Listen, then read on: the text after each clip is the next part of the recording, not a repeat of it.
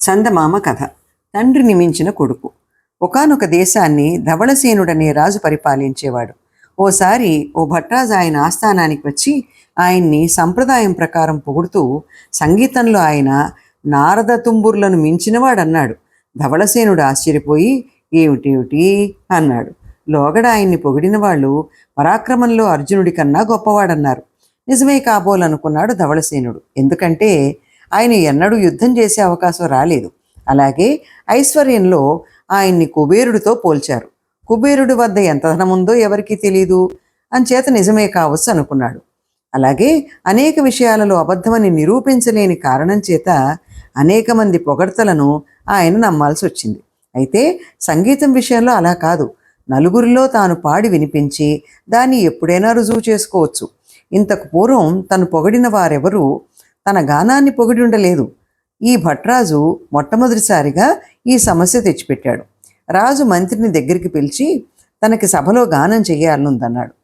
రాజుగారి కంఠం వింటే చాలు ఆయన గానం ఎలా ఉండేది ఊహించుకోవచ్చు. ఆయన నిండు సభలో నవ్వుల పాలైపోతాడేమోనని భయపడి మంత్రి, తమ గానం అద్భుతంగా ఉంటుందంటానికి సందేహం లేదు, కానీ ముందుగా మీరు కొంత అభ్యాసం చెయ్యాలి. కొలువు సాలించాక మనం ఇద్దరం ఉద్యానవనానికి పోదాం.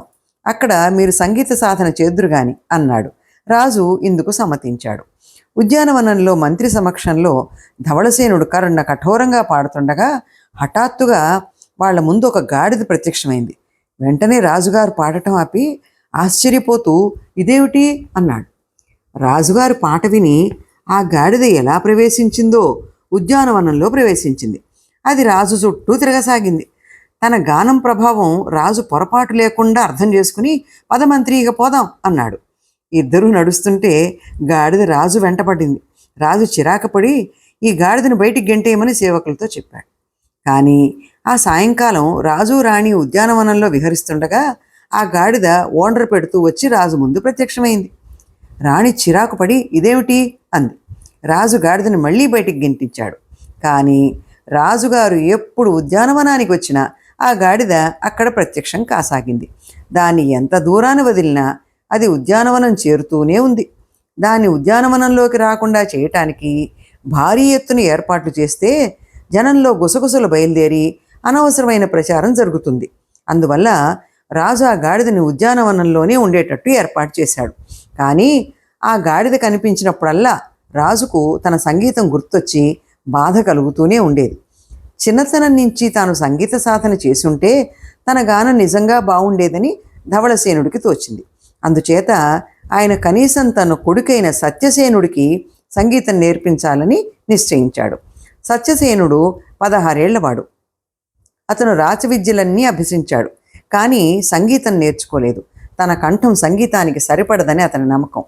అయితే తండ్రి ప్రోత్సహించిన మీదట అతను సంగీతం నేర్చుకోదలిచాడు. అతనికి సంగీతం నేర్పడానికి గానాచార్యుల వారిని నియమించారు. సంగీత సాధన రాజోద్యానవనంలో జరగాలని నిర్ణయమైంది. రాజు ఉద్యానవనం చుట్టూ గట్టి కాపలా పెట్టించాడు. తన కొడుకు పాట విని మరో గాడిద రావచ్చుననే భయం రాజుకు లేకపోలేదు. తొలి పాఠం ప్రారంభమైంది. గానాచార్యుల వారు చిన్న ఆలాపన చేసి సత్యసేనుణ్ణి అనమన్నారు. సత్యసేనుడు పాడుతుంటే రాజుకు దుర్భరం అనిపించింది. పాఠం కొద్దిసేపు జరిగిందో లేదో ఉద్యానవనంలో కట్టిపెట్టి ఉన్న గాడిద కట్లు తెంచుకుని పారిపోయింది. అది మళ్ళీ ఎన్నడూ ఉద్యానవనం ఛాయలకి రాలేదు. సత్యసేనుడి సంగీత విద్యాభ్యాసాన్ని ధవళసేనుడు వెంటనే ఆపు చేయించాడు.